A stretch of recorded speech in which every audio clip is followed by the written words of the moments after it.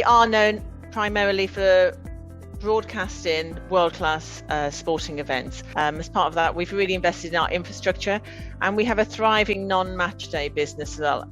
We also are seeing more use and demand for studios and green screens. We built a studio in our stadium during the pandemic for companies who wanted to do quick turnarounds, presentations. It was a 7.5 meter curved wall. It worked really well. It was tucked away. People could come in and out in a very safe environment. And then we are now replacing that with more of a green screen studio after our autumn matches. So I think there's still a demand for quick turnaround green screen, without a doubt. And filming just seems to be all the time, people using us for filming. And that could be a unit-based facility, it could be crew catering, or it could actually be filming within the stadium. We are in 3 locations, but our main location has always been in Twickenham Stadium. So we are in a great partnership with Twickenham, of course, for the facilities and all the support that we've received over time.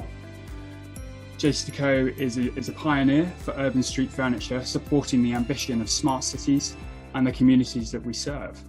So we've developed innovative products tailored to the unique requirements of people, cities and visitors, with multifunctional street furniture which provides access to a wide range of digital services. A lot of our experiential campaigns which we do, where we're kind of more bespoke brand activations, there are examples, for example, of getting a bottle of Evian from a bus shelter or a chocolate bar, etc. So that kind of thing does already exist. But there's interesting technology that's being developed at the moment, I forget the name of it, but around air pressure to maybe let you feel a product. So there's kind of sensors that come through screens to allow you to kind of get an idea of what a product might feel like. I think there's definitely space for both kind of theatrical experiences, in-person screenings. You can never beat, especially when you have a film that's like a comedy film or sort of like a really emotional film, like when you hear that person laughing next to you, like you really do resonate with it even more. So I think we need to retain that in-person experience, but combining that in terms of an access point of view with online availability is really key. And the other bit that became really important last year was the ability of subtitling and captions and sign language for people who are attending online events. And I think one thing that our sector is now realising is that we really need those elements all the time. It's not just an online kind of one-offs during lockdown. We need to be catering to deaf and disabled audiences, to people with access issues, and sometimes that can be done in an easier way through online mechanisms.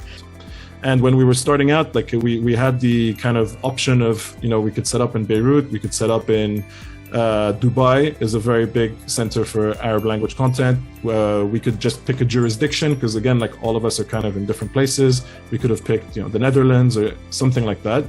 And we just decided like London, first of all, being in the competitive landscape of London kind of made us have to bring our A game all the time, because we can't like rest on our laurels. Like we're in a very competitive landscape, and just saying London based makes us have to match that claim. International appeal, frankly, like having television center on your invoices when you're invoicing people around the world sounds cool. It does have a kind of international appeal.